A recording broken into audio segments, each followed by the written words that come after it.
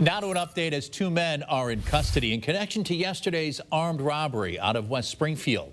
Police say Marco Sastre of Brockton and Jose Garcia of Holyoke are both now facing armed robbery and assault charges after one of them entered the Holyoke Credit Union on Elm Street with a gun and demanded the vault be opened.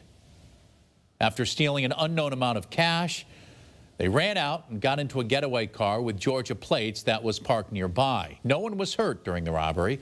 Local and state police worked with the FBI and found the car a few hours later and then took the man into custody without any issues.